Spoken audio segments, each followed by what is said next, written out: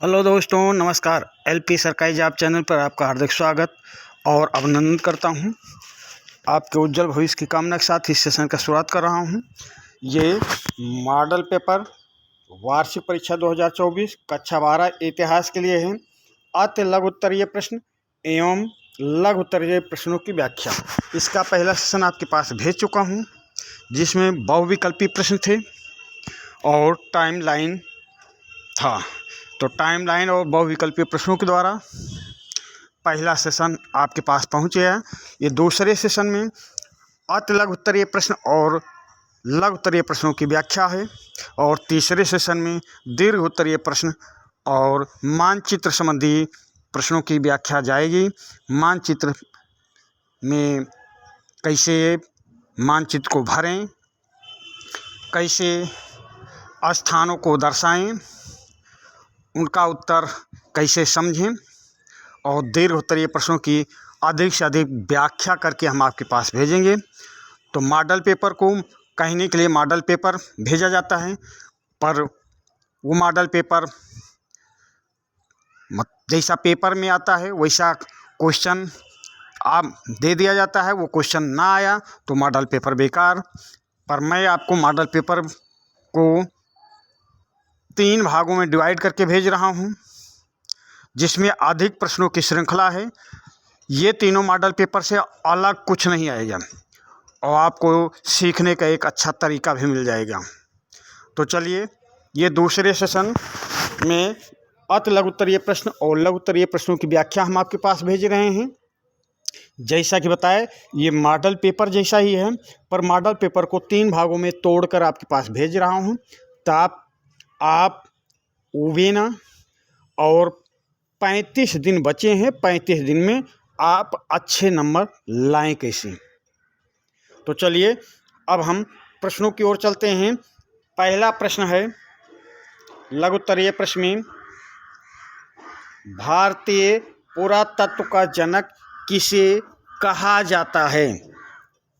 तो पहला प्रश्न, भारतीय पुरातत्व का जनक किसे कहा जाता है। तो भारतीय पुरातत्व का जनक अलेक्जेंडर कनिंघम को कहा जाता है। ये 1872 ईस्वी में भारतीय पुरातात्विक सर्वेक्षण के जनरल बने थे। अब दूसरा प्रश्न देखते हैं। दूसरा प्रश्न है, कालीबंगा पुरा स्थल का उत्खनन किसके द्वारा आरंभ किया गया। तो कालीबंगा पुरा स्थल का उत्खनन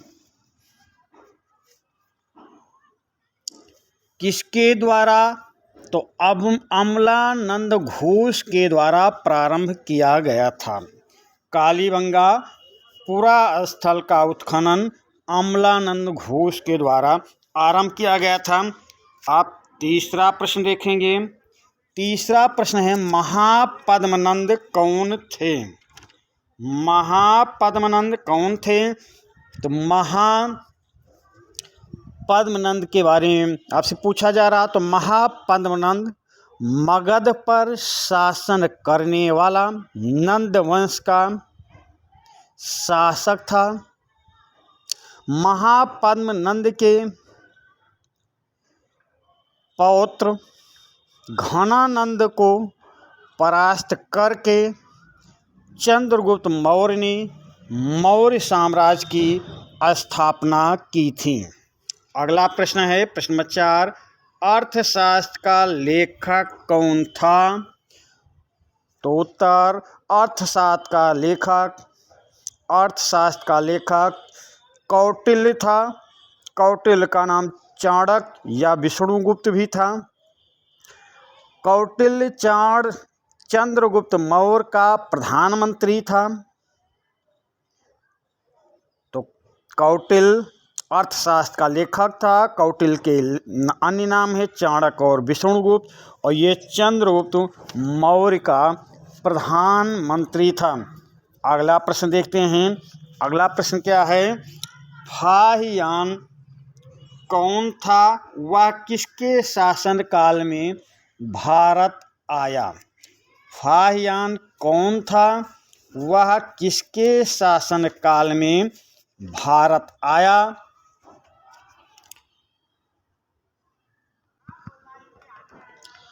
तो फाहियान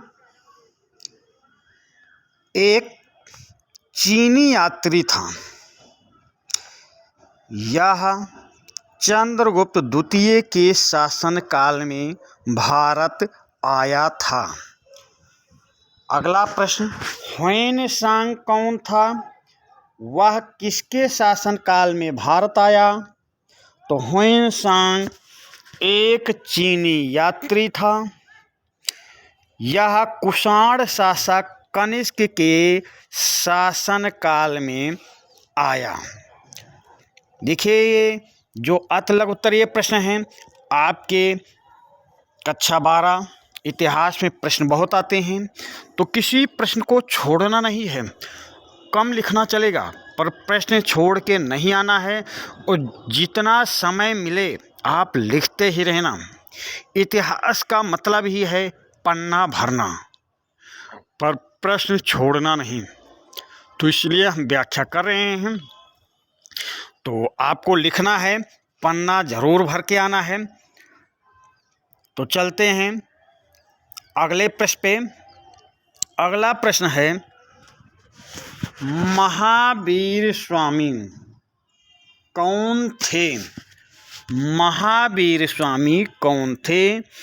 तो महावीर स्वामी जैन धर्म के 24वें तीर्थकर थे। इन्होंने जैन धर्म से संबंधित सिद्धांत का प्रतिपादन किया। इनका प्रमुख सिद्धांत था ब्रह्मचर्य का पालन करना।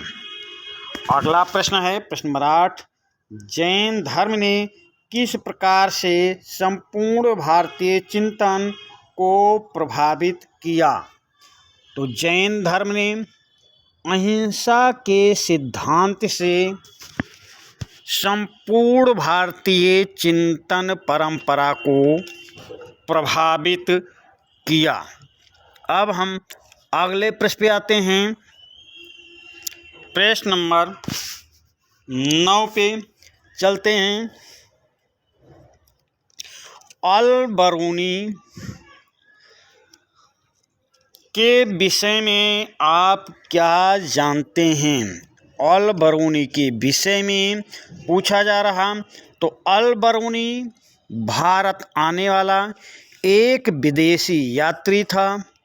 इसका जन्म 973 ईस्वी में वर्तमान उज्बेकिस्तान में हुआ था। अगला प्रश्न देखते हैं। प्रश्न नंबर 10, बारबोसा कहाँ का यात्री था? उसका यात्रा वृत्तांत किसके संदर्भ में था? बारबोसा कहाँ का यात्री था? उसका यात्रा वृत्तांत किसके संदर्भ में था? तो बारबोसा पुर्तगाल का निवासी था। उसने दक्षिण भारत की यात्रा की तथा वहाँ के समाज और मुख्य व्यापार का वर्णन अपने वृत्तांत में लिखा। अगला प्रश्न है, गुरु नानक की शिक्षाओं का वर्णन कीजिए। तो गुरु नानक की शिक्षाओं के वर्णन में लिखना चालू करेंगे तो लिखेंगे, शुरुआत करेंगे। गुरु नानक की प्रमुख शिक्षाएं निम्नलिखित हैं, जिनका वर्णन हम इस प्रकार कर रहे हैं या कर सकते हैं। नंबर 1, गुरु नानक ने निर्गुण भक्ति का प्रचार किया। नंबर 2, मूर्ति पूजा, तप आदि तथा हिंदू और मुसलमान धर्म ग्रंथों को अस्वीकार किया। नंबर 3, निरंतर स्मरण, चिंतन और जाप को रब की उपासना का सर्वश्रेष्ठ मार्ग बताया। अगला प्रश्न है, खानकाह क्या था? खानकाह के कार्यों को बताइए। या प्रश्न ऐसा भी आ सकता है, खानकाह से आप क्या समझते हैं। तो सूफी संत एक समुदाय के रूप में एक स्थान पर रहने लगे जिसे खानकाह कहा गया। प्रत्येक सूफी का अपना खानकाह होता था। खानकाह का कार्य अपने अनुयायियों की भर्ती करना तथा वारिस अथवा उत्तराधिकारी का चयन करना होता था। अगला प्रश्न देखेंगे, विजयनगर साम्राज्य की स्थापना कब और किसने की। विजयनगर साम्राज्य की स्थापना कब और किसने की।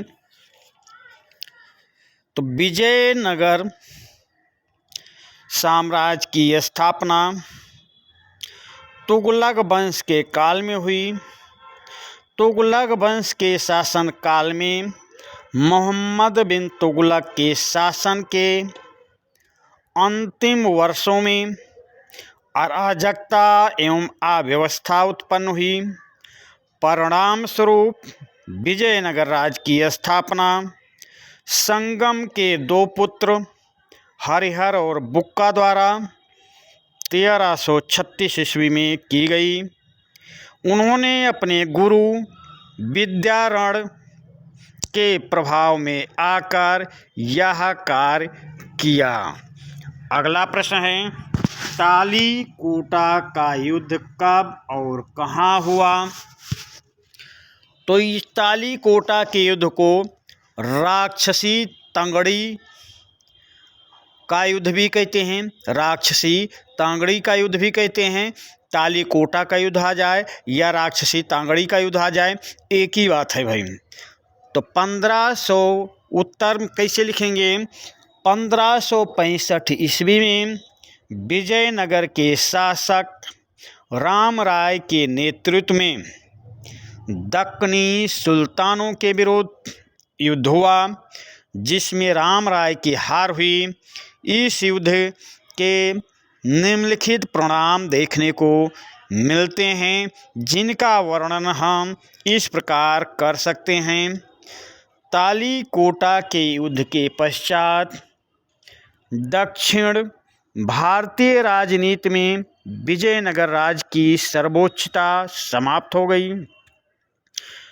दूसरा, विजयनगर राज्य क्षेत्र पेड़कुंडा और चंद्रगिरी तक ही सीमित रह गया। अब इसके आगे अगला प्रश्न देखेंगे। अगला प्रश्न है, आईने अकबरी। आईने अकबरी मुगल काल के किन किन क्षेत्रों का वर्णन करती है। आईने अकबरी मुगल काल के किन किन क्षेत्रों का वर्णन करती है। तो आईने अकबरी का रचना काल 1598 ईस्वी माना जाता है। यह तत्कालीन ऐतिहासिक स्रोतों में महत्वपूर्ण स्रोत है जिसमें मुगल कालीन दरबार प्रशासन, सेना का संगठन, राजस्व के स्रोत, शाही नियमों का सारांश, सांस्कृतिक एवं धार्मिक क्षेत्रों का उल्लेख मिलता है। अगला प्रश्न देखेंगे। अगला प्रश्न है, जजमानी प्रथा क्या थी। तो जजमानी प्रथा क्या थी। जजमानी प्रथा के अंतर्गत दस्तकारों की सेवाओं के बदले दैनिक भत्ता और खाने के लिए नगदी दी जाती थी। यह व्यवस्था बंगाल में प्रचलित थी। इसके अंतर्गत वस्तुओं और सेवाओं का विनिमय होने लगा। अगला प्रश्न है, भारत में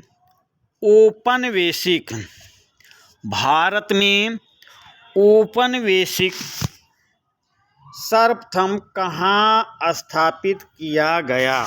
औपनिवेशिक शासन। भारत में औपनिवेशिक शासन सर्वप्रथम कहाँ स्थापित किया गया?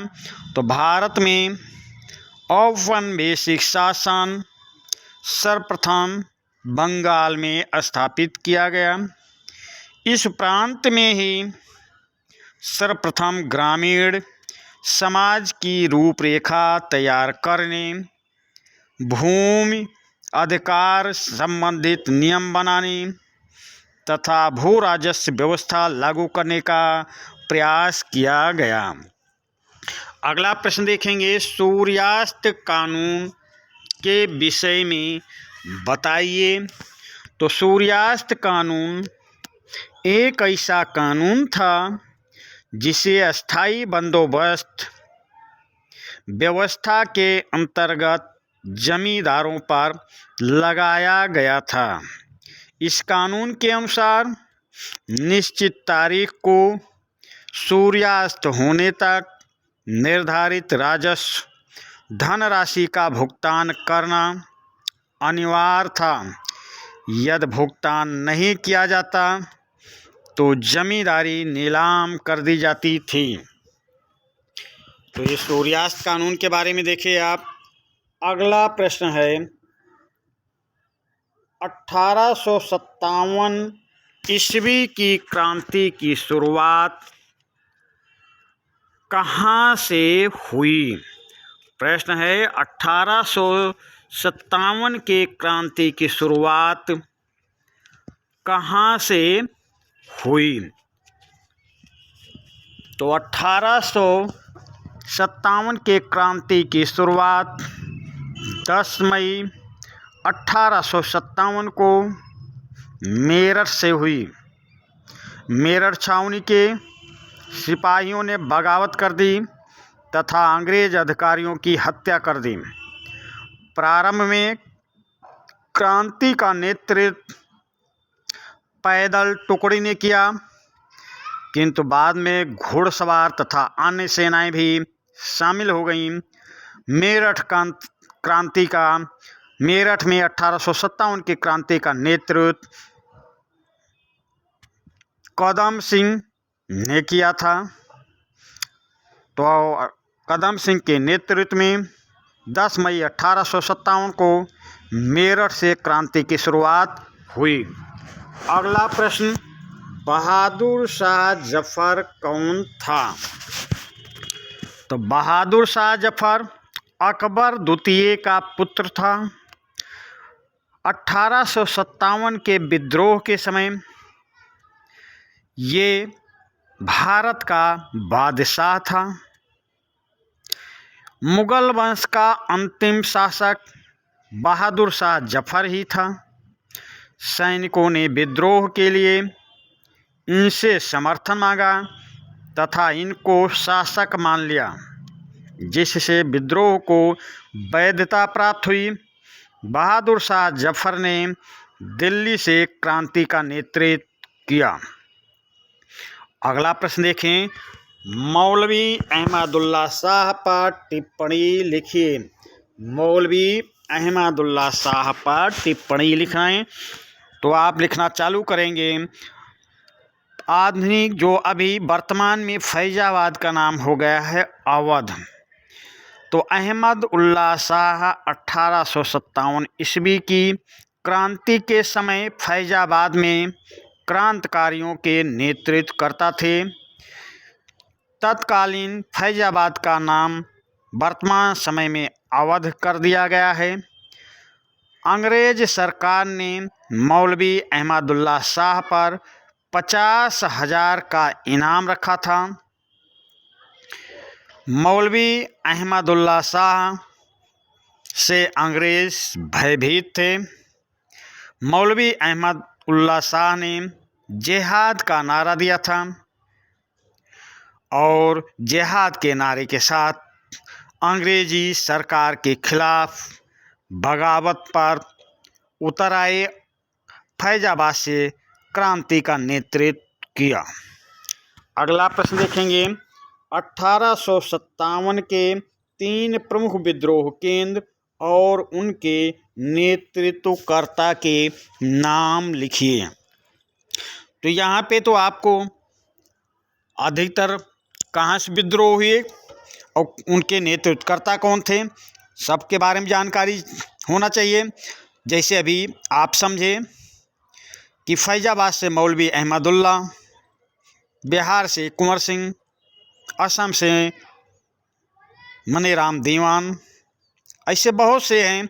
पर यहाँ हम आपको थोड़ा सरल और सीधा और जो आपको याद है उस तरफ ध्यान आकर्षित करते हैं। तो 1857 ईस्वी के विद्रोह केंद्र तथा उनके नेतृत्वकर्ता के नामों का उल्लेख हम इस प्रकार कर सकते हैं। 1857 के विद्रोह को 2 सामान्य कारण थे। 1857 के विद्रोह के 2 सामान्य कारण थे। एक तो चर्बी लगे कारतूस और दूसरे विभिन्न नीतियों द्वारा भारतीयों का किया गया आर्थिक शोषण। इस कारण से 1857 में विद्रोह हुआ और उस 1857 के विद्रोह का केंद्र और नेतृत्वकर्ता इस प्रकार है। जैसे कि दिल्ली में नेतृत्व किया था बहादुर शाह जफर, कानपुर विद्रोह का नेतृत्व किया था नाना साहेब और लखनऊ विद्रोह का नेतृत्व किया था बेगम हजरत महल। अब अगले प्रश्न पे आ जाइए। अगला प्रश्न है जलियांवाला बाग कांड कहाँ स्थित है, क्यों प्रसिद्ध है? जलियांवाला बाग कांड कहाँ स्थित है और क्यों प्रसिद्ध है? प्रश्न नंबर 23। तो जलियांवाला बाग कांड के बारे में आप देखेंगे कि 13 अप्रैल 1919 ईस्वी को पंजाब के अमृतसर नामक स्थान पर जलियांवाला बाग कांड होता है। रौलेट एक्ट के विरोध में सैफुद्दीन किचलू और सतपाल महाराज जलियांवाला बाग कांड में इकट्ठा होते हैं। सैफुद्दीन किचलू और सतपाल महाराज के गिरफ्तारी के विरोध में, यहाँ पे सुधार करेंगे, रौलेट एक्ट के विरोध में सतपाल महाराज और सैफुद्दीन किचलू आंदोलन के लिए उग्र होते हैं और सरकार इन दोनों नेताओं को गिरफ्तार कर जेल में डाल देती है।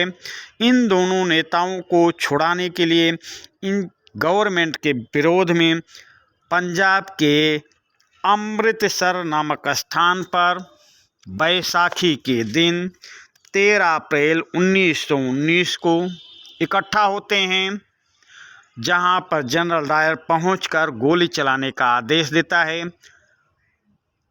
और निर्दोष जनता मारी जाती है। अगला प्रश्न है खिलाफत आंदोलन क्या था? तो खिलाफत आंदोलन वर्ष 1919 1920 में मोहम्मद अली और शौकत अली के नेतृत्व में तुर्की ऑटोमन साम्राज्य को लेकर, खलीफा के मुद्दे को लेकर, तुर्की ऑटोमन साम्राज्य में जो खलीफा को अंग्रेज गवर्नमेंट ने बेइज्जत किया था उसको लेकर एक आंदोलन था। यह आंदोलन मूलतः अंग्रेजों के विरुद्ध असंतोष का एक विस्फोट था। अगला प्रश्न देखें, असहयोग आंदोलन के दौरान रचनात्मक कार्यक्रमों की चर्चा करें। असहयोग आंदोलन के दौरान रचनात्मक कार्यक्रमों की चर्चा करें तो असहयोग आंदोलन के दौरान स्वदेशी को प्रोत्साहन दिया गया, हिंदू मुस्लिम एकता को बढ़ावा दिया गया, हथकरघा और बुनाई को बढ़ावा दिया गया, छुआछूत को मिटाने का प्रयास किया गया और राष्ट्रीय शैक्षणिक संस्थाओं की स्थापना पर बल दिया गया। अगला प्रश्न देखेंगे, भारत छोड़ो आंदोलन के कोई दो कारण बताइए। भारत छोड़ो आंदोलन के कोई दो कारण बताइए। तो भारत छोड़ो आंदोलन के तो वैसे तो बहुत कारण हैं, पर यहाँ पर प्रश्न में दो कारण पूछा जा रहा है, तो आपको लिखना होगा भारत छोड़ो आंदोलन के दो प्रमुख कारण इस प्रकार हैं। नंबर 1, यह आंदोलन भारतीयों का अंग्रेजों की नीतियों के प्रति असंतोष का परिणाम था। द्वितीय, विश्व युद्ध के कारण उत्पन्न आर्थिक संकट इस आंदोलन का दूसरा प्रमुख कारण था। अब अगले प्रश्न पे चलते हैं। संविधान सभा का निर्माण कब किया गया?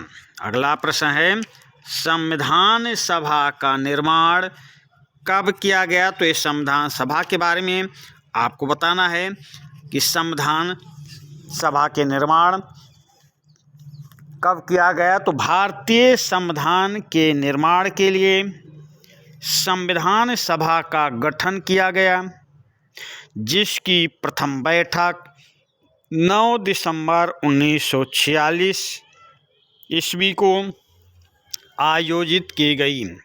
संविधान सभा के द्वारा 2 वर्ष 11 महीने 18 दिन में संविधान का निर्माण किया गया।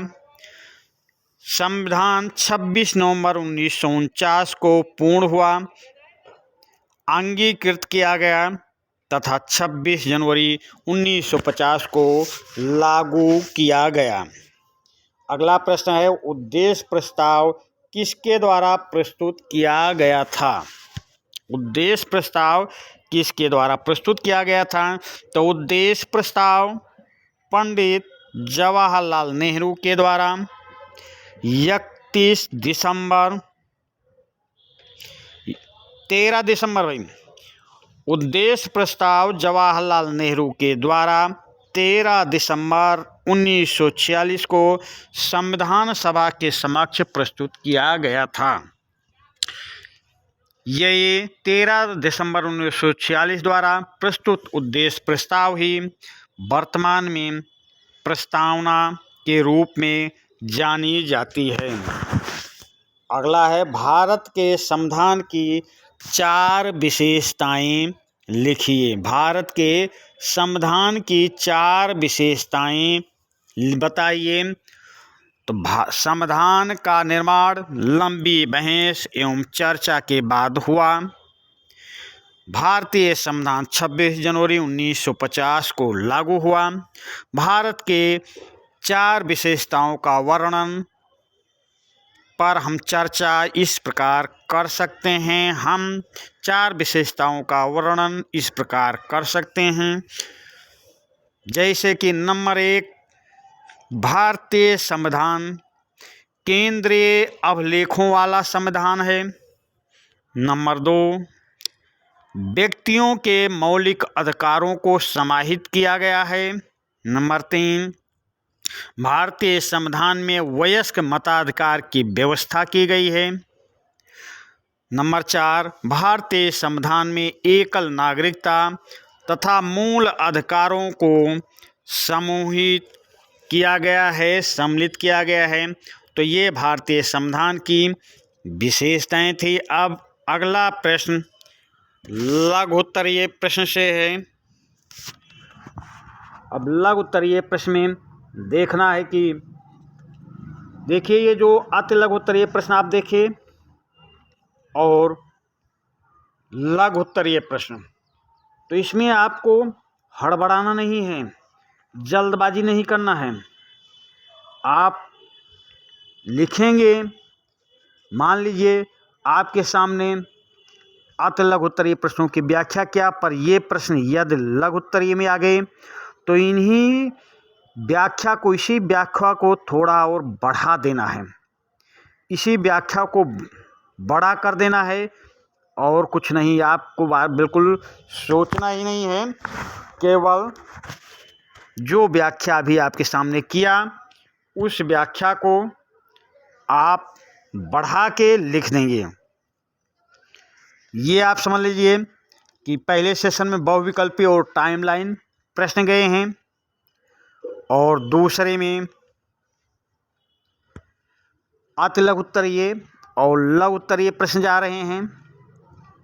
तो लघु उत्तरीय और अति लघु उत्तरीय प्रश्नों में यदि कोई प्रश्न लघु उत्तरीय में आ गया तो उसको बढ़ा देना है और कोई प्रश्न अति लघु उत्तरीय में आया तो उस प्रश्न को थोड़ा कम करके लिख देना है। कोई भी प्रश्न छोड़कर आपको नहीं आना है। तो लघु उत्तरीय प्रश्न में पहला प्रश्न देखेंगे, हड़प्पा पुरास्थलों के समाधान विधि का संक्षिप्त विवरण दीजिए।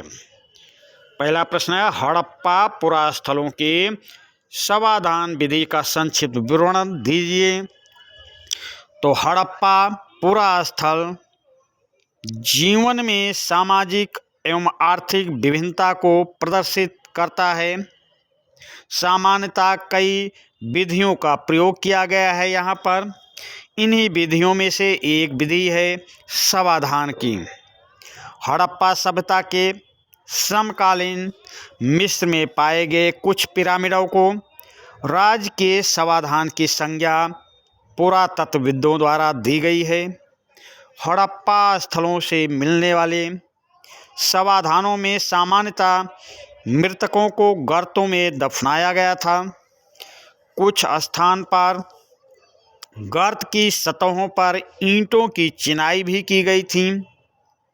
पिरामिड और गर्त दोनों समाज के उच्च एवं निम्न वर्ग के आर्थिक विभिन्नता की परपुष्टि करते हैं। यह तथ्य सामाजिक विभिन्नता की ओर इंगित करता है, क्योंकि इससे यह अनुमान भी लगाया जाता है कि समाज का उच्च वर्ग समाधान के लिए पिरामिडों का प्रयोग करता था तथा निम्न वर्ग के लिए गर्तों का प्रयोग किया जाता था। अब अगला प्रश्न देखेंगे। अगला प्रश्न है, हड़प्पा सभ्यता के पतन के कारणों का उल्लेख कीजिए। अगला प्रश्न है, हड़प्पा सभ्यता के पतन के कारणों का उल्लेख कीजिए कि हड़प्पा सभ्यता का पतन किस प्रकार हुआ, ये आपको बताना है। तो चलिए हड़प्पा सभ्यता के पतन के व्याख्या देखते हैं। हड़प्पा सभ्यता से प्राप्त साक्ष्यों के अनुसार 1800 ईसा पूर्व तक चेलिस्तान जैसे क्षेत्रों में हड़प्पा स्थलों का पतन हो गया था।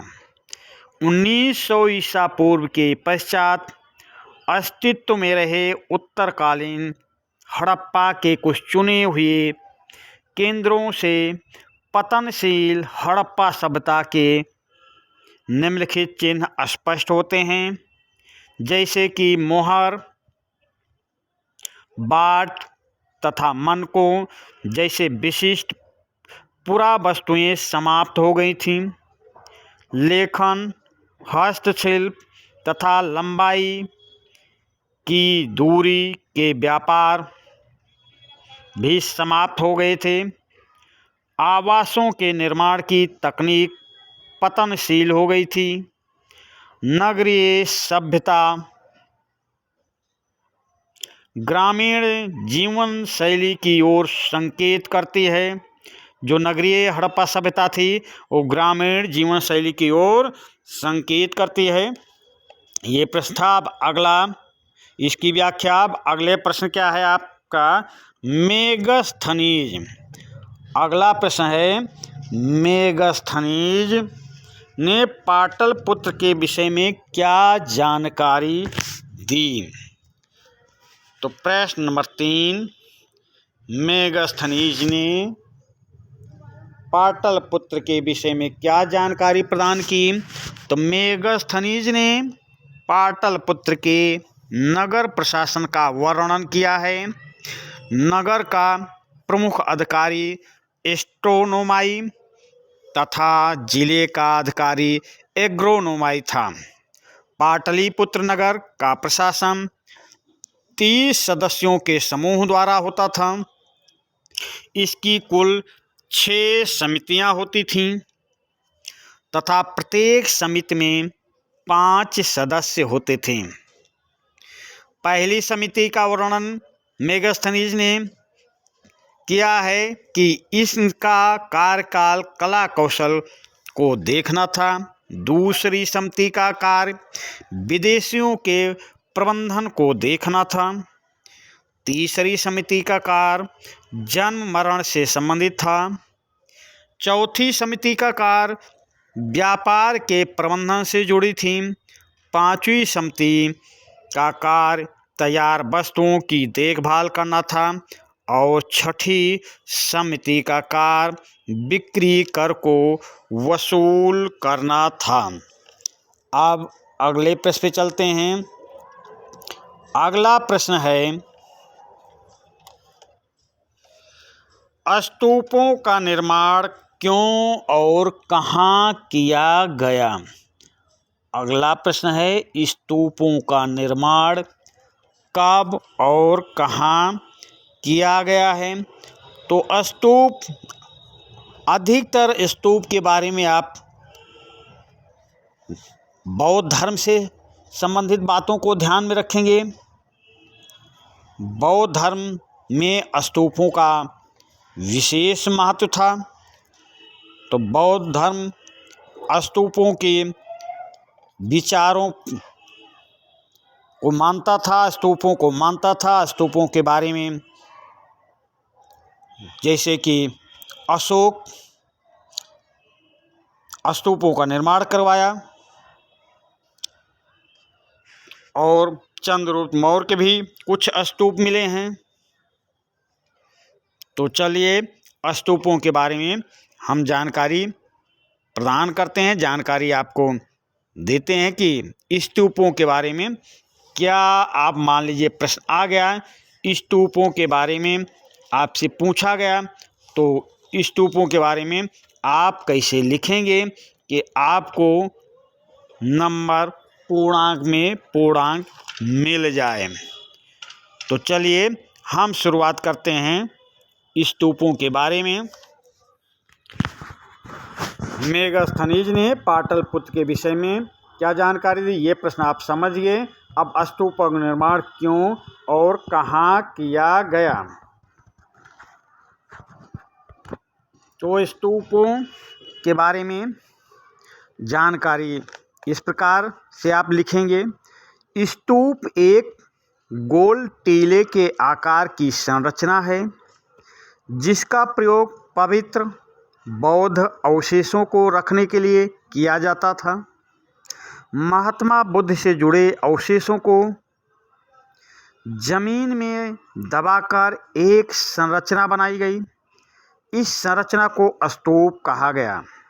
ये पवित्र स्थल महात्मा बुद्ध के जन्म स्थल, ज्ञान प्राप्ति आदि स्थलों से जुड़े हुए हैं। अशोकावदान नामक बौद्ध ग्रंथ के अनुसार अशोक ने प्रत्येक महत्वपूर्ण शहर में स्तूप बनाने का आदेश दिया था। प्रारंभ में स्तूप अर्धगोलाकार होते थे। अर्धगोलाकार मिट्टी का टीला रहता था ये, जिसे अंड कहा जाता था। अंड के ऊपर एक हर्मिका होती थी। यह छज्जे की भांति ढांचा देवताओं के घर का प्रतीक था। मौर्य शासक अशोक के समय में सांची तथा अमरावती में स्तूपों का निर्माण कराया गया था। सांची के स्तूप में कई कहानियों का चित्रांकन भी किया गया है।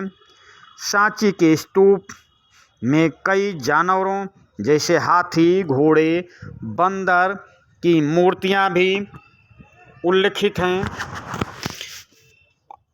तो अब स्तूप के बारे में आपको जानकारी हुई। अगला प्रश्न देखेंगे चिश्ती सिलसिले पर। अगला क्या है? चिश्ती सिलसिले पर आपको एक टिप्पणी लिखना है। चिश्ती सिलसिले पर एक टिप्पणी आपको लिखना है। प्रश्न नंबर 5, चिश्ती सिलसिले पर एक टिप्पणी लिखिए।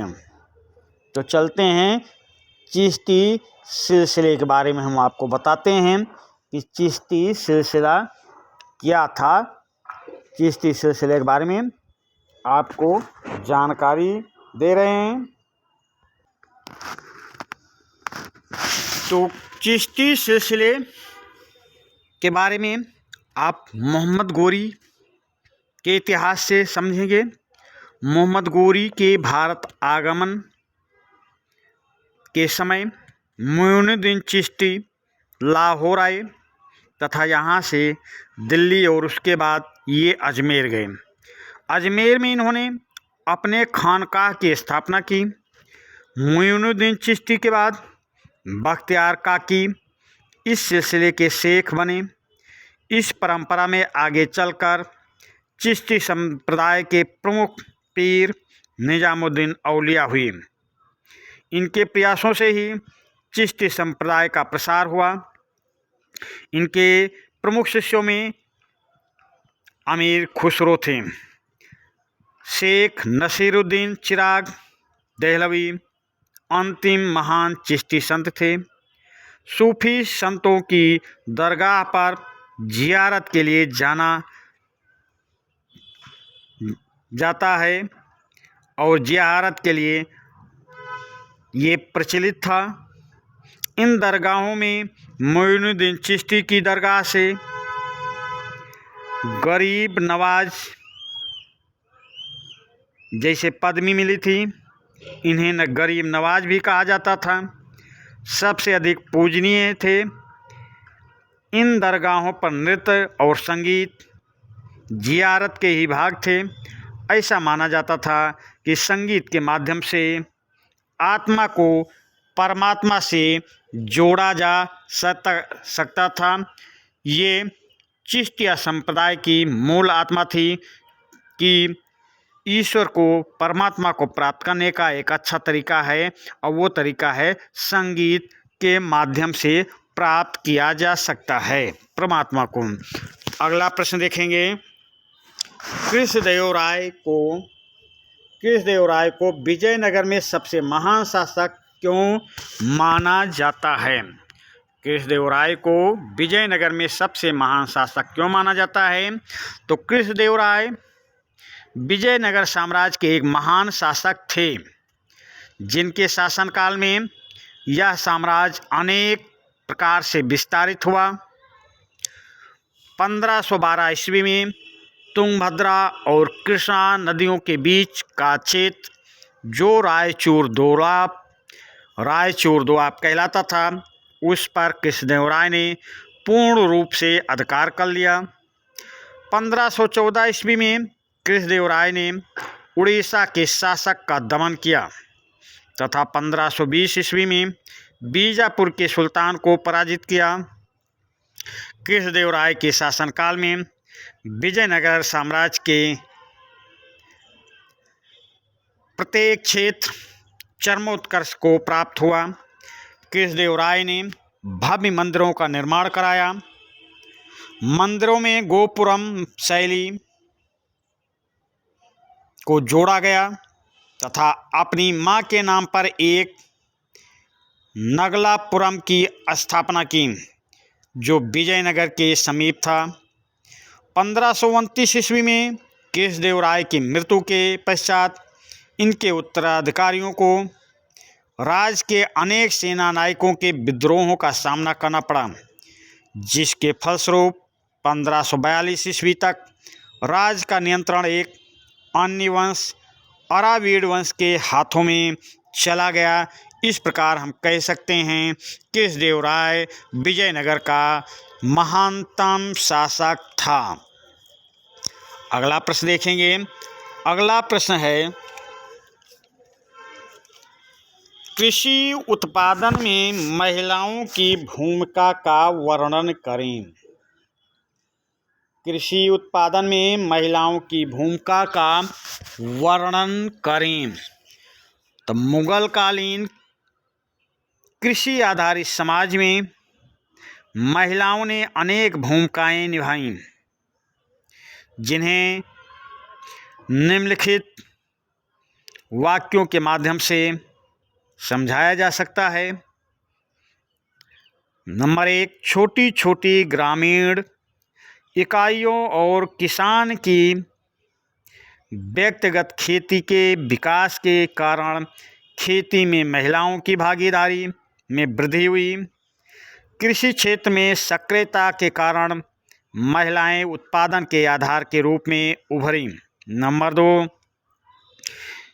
उस समय महिलाएं और पुरुष आपस में मिलकर खेतों में काम करते थे। पुरुष खेत जोतते और हल चलाते थे तथा महिलाएं बुआई, निराई एवं कटाई का कार्य करती थीं। इसके अतिरिक्त पकी फसलों से अनाज निकालना महिलाओं का ही कार्य था। नंबर 3, कपड़ों पर कढ़ाई जैसे दस्तकारी के काम उत्पादन के ऐसे पहलू थे जो महिलाओं के श्रम पर आधारित होते थे। नंबर 4, सूत कातना, बर्तन बनाने के लिए मिट्टी को साफ करना और गूंथना, रंगरेजी इत्यादि का कार्य भी महिलाएं करने लगी थीं। किसान और दस्तकार महिलाएं ज़रूरत पड़ने पर न केवल खेतों में कार्य करती थीं बल्कि नियोक्ताओं के घर पर और बाज़ारों में भी जाती थीं। तो महिलाओं की मुगल काल में कृषि में महत्वपूर्ण भूमिका थी। अगला प्रश्न देखेंगे। अगला प्रश्न, रैयतबाड़ी के क्या दोष थे। रैयतबाड़ी व्यवस्था के क्या दोष थे।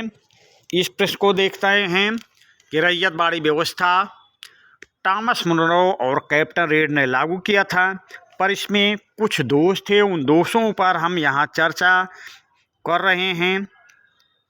नंबर 1, दोष क्या था। भिन्न भिन्न प्रकार की भूमि से होने वाली औसत आय का अनुमान लगा लिया जाता था और उसके एक भाग को राजस्व के रूप में सरकार के लिए निर्धारित किया जाता था। इस प्रक्रिया में प्रत्येक भूमि को आपस में जोड़ लिया गया। बंजर तथा कम उत्पादन वाले क्षेत्रों को भी उपजाऊ जमीनों के साथ जोड़ लिया गया था। रैयतबाड़ी व्यवस्था की ये दोष था। दूसरा दोष, रैयतबाड़ी व्यवस्था में राजस्व की दर को निर्धारित करने के बाद यह प्रावधान रखा गया कि प्रत्येक 30 वर्षों पर सर्वेक्षण किया जाएगा और कीमतों के अनुसार फिर से नया राजस्व लगाया जाएगा।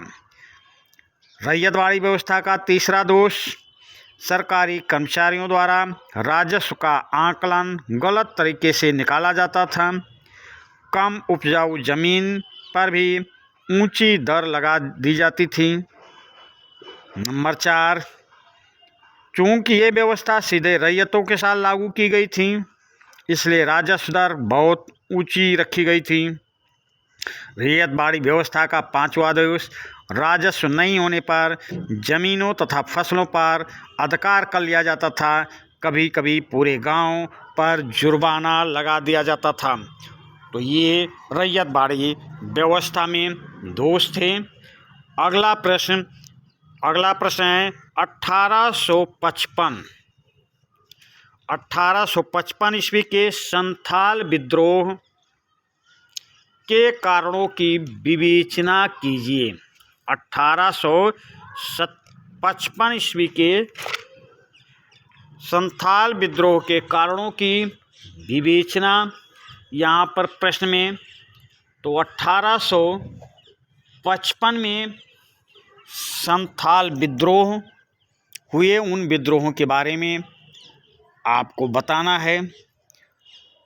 तो चलते हैं 1855 के संथाल विद्रोह का वर्णन, व्याख्या करते हैं और उन व्याख्याओं को आप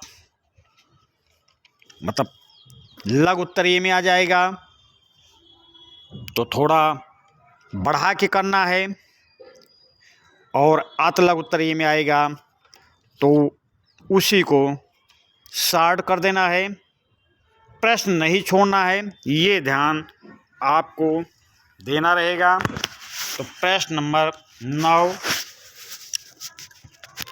1855 के संथाल विद्रोह के कारणों की विवेचना कीजिए।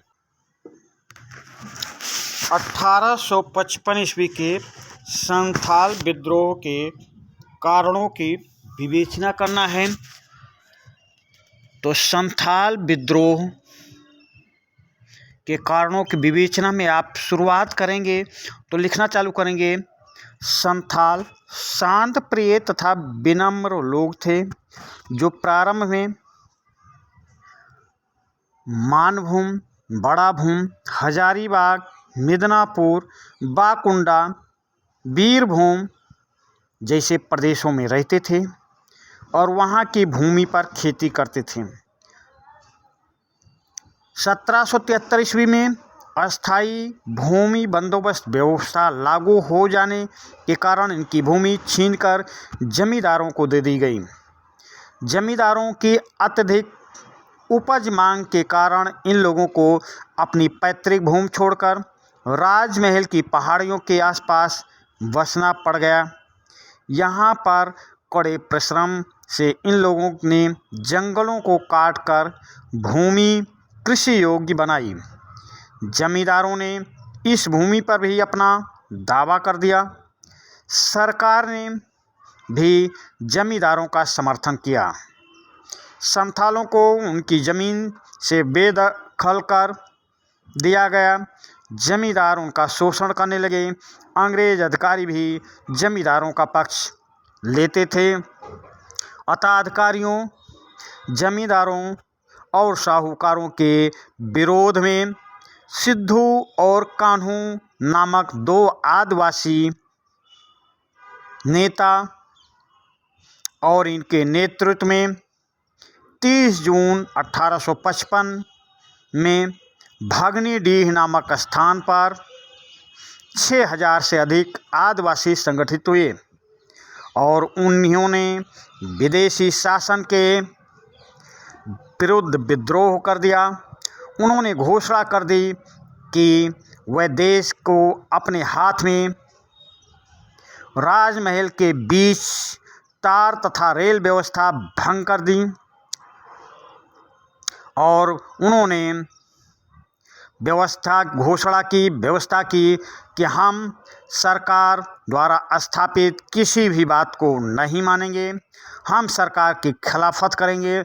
महाजनों व जमींदारों के घर तथा पुलिस स्टेशन एवं रेलवे स्टेशन को जलाना शुरू कर दिया। जो संथाल शांत प्रिय विनम्र लोग थे, अब वही संथाली लोग उग्र हो गए और सरकार के खिलाफ, सरकार की नीतियों के खिलाफ, जमींदारों और साहूकारों के खिलाफ हो गए और आंदोलन चालू कर दिए। विद्रोह शुरू कर दिया। अंग्रेजी सरकार, औपनिवेशिक सरकार के खिलाफ, साहूकारों और जमींदारों के खिलाफ इनका प्रदर्शन उग्र हो गया। अब अगले प्रश्न पे आएंगे। अमेरिकी गृह युद्ध ने भारत में रैयत समुदाय के जीवन को कैसे प्रभावित किया? अमेरिकी गृह युद्ध ने भारत में रैयत समुदाय के जीवन को कैसे प्रभावित किया? तो अमेरिकी गृह युद्ध का भारत के रैयतों पर निम्नलिखित प्रभाव पड़े हैं। जैसे कि नंबर 1, अमेरिकी गृह युद्ध आरंभ होने से कपासों की कीमतों में वृद्धि हुई, जिसके कारण कपास की मांग भारत में भी बढ़ गई। इससे किसानों को अच्छा धन मिला तथा उनकी आर्थिक स्थिति में कुछ सुधार हुआ। नंबर 2, कपास में तेजी आने से बम्बई के व्यापारियों द्वारा अधिक लाभ कमाने के लिए तथा कपास की खेती के लिए रैयतों को प्रोत्साहन दिया जाने लगा, जिससे कृषकों को भारी मात्रा में ऋण मिलने लगा। इन ऋणों में अधिकता दीर्घकालीन ऋण थे और इन ऋणों के द्वारा रैयत कपास की खेती करने लगे। नंबर 3, ऋणों की प्राप्ति से रैयतों को खेती के सामान जैसे हल, बीज, बैल इत्यादि खरीदने में आसानी हो गई। सामानों की प्रचुरता से उत्पादन में वृद्धि हुई, जिसका लाभ किसानों को साथ साथ व्यापारियों को भी मिला। अगली हेडिंग डाल देंगे, अगला नंबर डाल देंगे, कपास उगाए जाने वाली ज़मीनों पर 1 एकड़ के लिए 100 रुपये तक का ऋण व्यापारियों द्वारा दिया जाने लगा। इससे उत्पादन में तो सुधार हुआ ही, साथ ही साथ कृषकों की आर्थिक स्थिति में भी सुधार हुआ। कुछ बड़े वर्ग के लोग तथा बड़े किसान छोटे किसानों की अपेक्षा ज़्यादा लाभ अर्जित करने में सफल हो रहे थे। कुछ छोटे स्तर के किसान जिनके पास ज़मीनें कम थीं, उन लोगों ने अग्रिम राशियां तो ले लीं, लेकिन उत्पादन की कमी के कारण इन लोगों पर ऋण का बोझ बढ़ता गया। अमेरिकी गृह युद्ध समाप्त होते ही कपास की मांग में तेजी से गिरावट होने लगी, जिससे रैयतों की स्थिति दयनीय हो गई। जिन किसानों ने भारी अग्रिम राशियां ले रखी थीं, उनके लिए और बड़े समस्या उत्पन्न हो गई। इन राशियों को चुकाने के लिए इन्हें साहूकारों एवं ऋणदाताओं के पास जाना पड़ गया और साहूकारों के चंगुल में ये फंसते चले गए, साहूकारों के चंगुल में फंस गए। अगला प्रश्न है 1857 सहायक संधि क्या थी, इसकी प्रमुख शर्तों का उल्लेख कीजिए। तो सहायक संधि बेलेजली द्वारा लागू की गई एक व्यवस्था थी। 1798 ईस्वी में लॉर्ड बेलेजली द्वारा भारतीय रियासतों को अपने अधीन करने के लिए एक व्यवस्था या समझौता किया गया, जिसे सहायक संधि कहा गया। सहायक संधि में निम्नलिखित शर्तें रखी जाती थीं।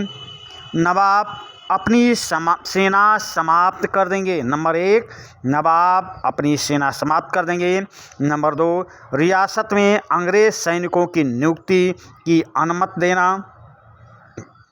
नंबर 3, नवाब को दरबार में उपस्थित ब्रिटिश रेजिडेंट की सलाह से काम करना। नंबर 4, अंग्रेज अपने सहयोगी की बाहरी और आंतरिक चुनौतियों से रक्षा करेंगे। अगला नंबर 5, सहयोगी पक्ष के भू क्षेत्र में एक ब्रिटिश सैनिक टुकड़ी तैनात रहेगी। सहयोगी पक्ष को इस टुकड़ी के रखरखाव की व्यवस्था करनी होगी।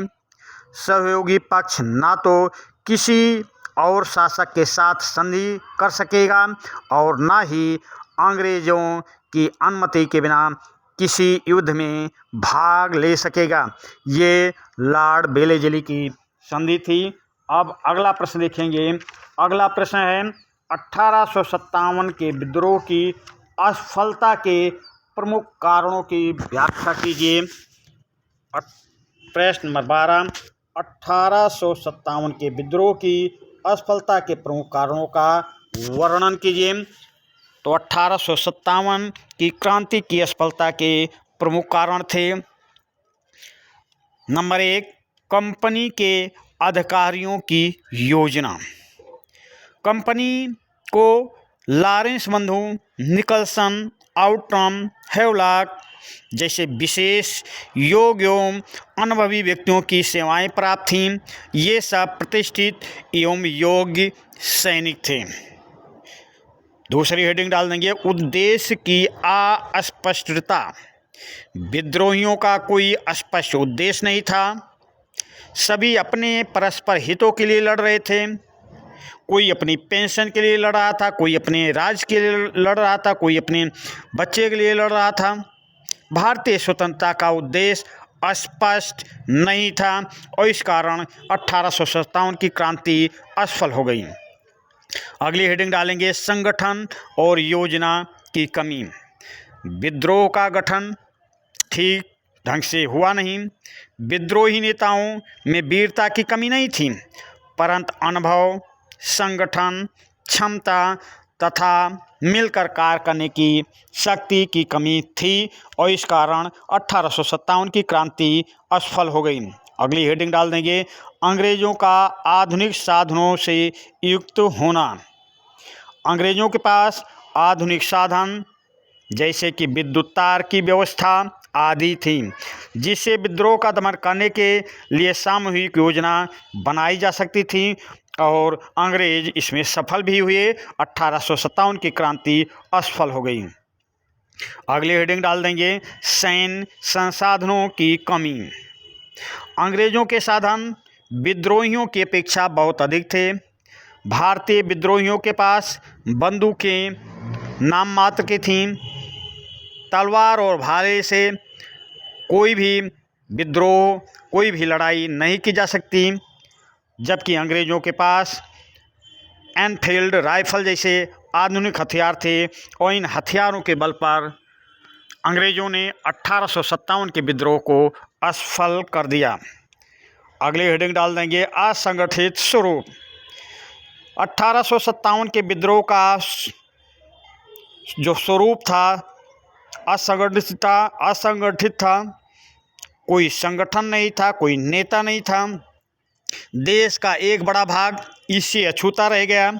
दक्षिण भारत, सिंध, राजस्थान, बम्बई, पंजाब एवं मद्रास शांत बने रहे।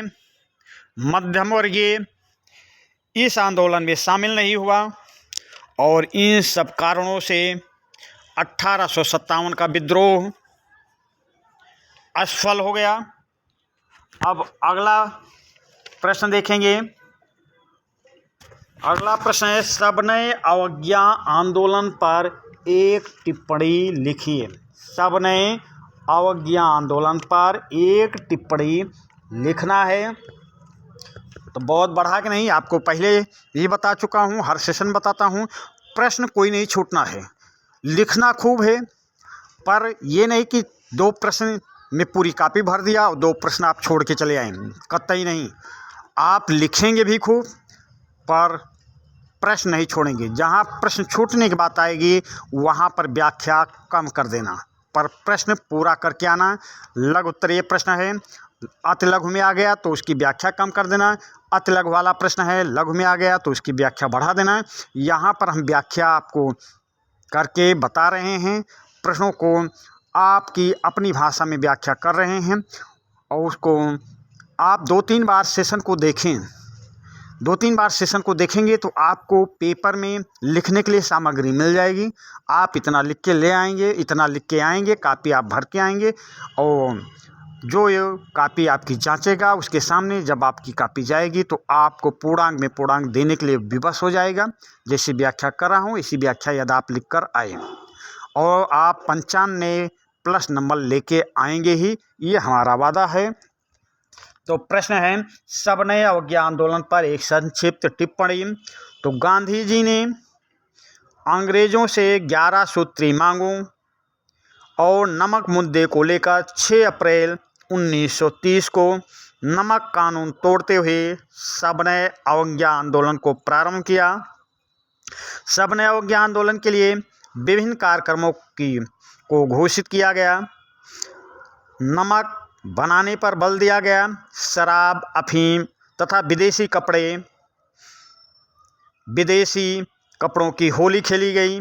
शिक्षक एवं विद्यार्थी को सरकारी संस्थानों को छोड़ने पर बल आदि के माध्यम से रचनात्मक कार्यक्रमों पर बल दिया गया। इस आंदोलन की सक्रियता को देखते हुए ब्रिटिश सरकार ने पहले इन्हें बंदी बनाया, किंतु जल्द ही इन्हें रिहा कर गांधी इरविन समझौता संपन्न कराया तथा गांधी जी को द्वितीय गोलमेज सम्मेलन में शामिल होने के लिए तैयार कर लिया। गांधी जी द्वितीय गोलमेज सम्मेलन में इंग्लैंड में जाते हैं, पर वहां से खाली हाथ वापस आ जाते हैं। यहाँ पर महात्मा गांधी को कोई सफलता नहीं मिलती। रैमसे मैकडोनाल्ड द्वारा पृथक प्रतिनिधित्व दे दिया जाता है और पृथक प्रतिनिधित्व के आधार पर पृथक प्रतिनिधित्व को लेकर अंबेडकर और महात्मा गांधी के बीच मनमुटाव हो जाता है और ये मनमुटाव पूना समझौते के द्वारा दूर किया जाता है। पूना समझौता महात्मा गांधी और भीमराव अंबेडकर के बीच होता है। सबने अवज्ञा आंदोलन चलाने के लिए साबरमती से दांडी तक की महात्मा गांधी ने 78 सहयोगियों के साथ यात्रा किया था। तो ये सबने अवज्ञा आंदोलन पर एक संक्षिप्त टिप्पणी आपसे पूछा गया। अगला प्रश्न है, गांधी इरविन समझौता कब संपन्न हुआ, उसका महत्व क्या है। गांधी इरविन समझौता, तो अभी हमने आपसे चर्चा किया, गांधी और इरविन के मध्य 5 मार्च 1931 को एक समझौता हुआ जिसे गांधी इरविन समझौते के नाम से जाना जाता है। इस समझौते को ही दिल्ली समझौता कहा जाता है। समझौते की प्रमुख बातों को हम इस प्रकार व्यक्त कर सकते हैं, जैसा कि नंबर 1, गांधी के नेतृत्व में कांग्रेस सबने अवज्ञा आंदोलन समाप्त करने के लिए सहमत हो गई। कांग्रेस इस आधार पर गोलमेज सम्मेलन में भाग लेने के लिए तैयार हो गई कि सम्मेलन में पेश किया जाने वाला संवैधानिक सुधार उत्तरदायित्वपूर्ण शासन और भारत के हित को देखते हुए प्रतिरक्षा, वैदेशिक मामलों से जुड़े मामले आदि के बारे में आरक्षात्मक व्यवस्था पर आधारित होगा। इस समझौते में निम्न अधिकार दिए गए, सभी राजनीतिक बंदियों जिनके विरुद्ध हिंसा के आरोप नहीं थे उन्हें रिहा करने का आदेश दिया गया। विदेशी कपड़ों और शराब की दुकानों पर धरना देने का अधिकार दिया गया। समुद्र तटीय प्रदेशों में बिना नमक कर दिए नमक बनाने का अधिकार दिया गया। अब अगला प्रश्न देखेंगे, असहयोग आंदोलन कब और क्यों वापस लिया गया। अगला प्रश्न है, असहयोग आंदोलन कब और क्यों वापस लिया गया। या प्रश्न ऐसा भी आ सकता है, गांधी जी का असहयोग आंदोलन क्यों वापस लिया गया, या चौरी चौरा घटना क्या थी, उसका परिणाम क्या हुआ। किसी भी तरह प्रश्न पूछा जा सकता है, पर आपको उत्तर जो हम व्याख्या कर रहे हैं उत्तर में यही लिखना है। 5 फरवरी 1922 को गोरखपुर के निकट चौरी चौरा नामक स्थान पर उग्र भीड़ ने एक पुलिस थाने पर हमला कर आग लगा दी और पुलिस वालों को जिंदा जला दिया। चौरी चौरा की हिंसक घटना के पश्चात गांधी जी ने असहयोग आंदोलन स्थगित कर दिया। इस आंदोलन के आकस्मिक स्थगन ने सभी लोगों और नेताओं को स्तब्ध कर दिया। असहयोग आंदोलन गांधी जी की अहिंसात्मक प्रवृत्ति पर आधारित आंदोलन था, परंतु चौरी चौरा की इस हिंसात्मक घटना ने उनकी इस प्रवृत्ति का प्रतिकार किया। इस घटना ने ये सिद्ध किया कि लोगों को अभी भी सत्याग्रह की कला को सीखना है, जो कि इस आंदोलन की प्रमुख शक्ति थी। गांधी जी अहिंसावादी सिद्धांतों के कट्टर समर्थक थे। गांधी जी ने अहिंसावादी प्रवृत्ति को अपने सिद्धांतों के रूप में अपनाया और वह इसी सिद्धांत को जन आंदोलन में समाविष्ट करना चाहते थे। ये गांधी जी के सिद्धांतों की राजनीतिक और नैतिक अवधारणा थी। हिंसक माध्यमों से स्वराज की प्राप्ति उन्हें स्वीकार नहीं थी। अब अगला प्रश्न, संविधान सभा ने भाषा के विवाद को हल करने के लिए क्या रास्ता अपनाया? अगला प्रश्न है, संविधान सभा ने भाषा विवाद हल करने के लिए क्या रास्ता अपनाया है? तो चलते हैं, देखते हैं भाई क्या रास्ता अपनाया। चलिए, इसकी व्याख्या हम आपके अपने शब्दों में कर रहे हैं। जैसी व्याख्या कर रहे हैं, अति लघु में आ जाएगा तो थोड़ा कम कर देना, लघु में आ जाएगा तो यही लिख देना, दीर्घ में आ जाएगा और बढ़ा देना है। तो चलिए, हम संविधान सभा के विवाद को हल करने के लिए संविधान में क्या रास्ता निकाला गया उसका वर्णन कर रहे हैं। संविधान सभा के सामने महत्वपूर्ण प्रश्न राष्ट्र की भाषा को लेकर था। भारत में प्रारंभ से ही अनेक भाषाएं प्रचलन में थीं। देश के भिन्न भिन्न भागों एवं प्रांतों में भिन्न भिन्न भाषाओं का प्रयोग किया जाता था। अतः जब संविधान सभा ने राष्ट्र की एक भाषा का मुद्दा उठाया, जब संविधान सभा में राष्ट्र की एक भाषा का मुद्दा आया तो इस पर कई महीनों तक बहस होती रही, तनाव की स्थिति उत्पन्न हो गई। 1930 के दशक तक भारतीय राष्ट्रीय कांग्रेस ने यह स्वीकार कर लिया था कि हिंदुस्तानी को राष्ट्रीय भाषा का दर्जा प्रदान किया जाना चाहिए। ये भारतीय जनता के एक विशाल भाग की भाषा थी। विभिन्न संस्कृतियों के आदान प्रदान से समृद्ध हुई, यह एक साझी भाषा बन गई थी।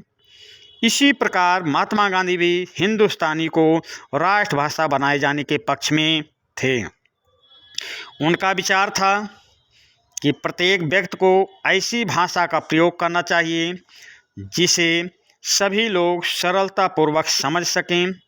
संविधान सभा के अनेक सदस्य हिंदी को राष्ट्रभाषा का दर्जा दिलवाना चाहते थे। संयुक्त प्रांत के कांग्रेसी सदस्य आर.बी. धुलेकर ने संविधान सभा के प्रारंभिक सत्र में ही हिंदी को संविधान निर्माण की भाषा के रूप में प्रयोग किए जाने की मांग की थी, लेकिन अन्य सदस्यों के द्वारा इसका विरोध किया गया। अगला प्रश्न है, महात्मा गांधी को ऐसा क्यों लगता था कि हिंदुस्तानी राष्ट्रीय भाषा होनी चाहिए?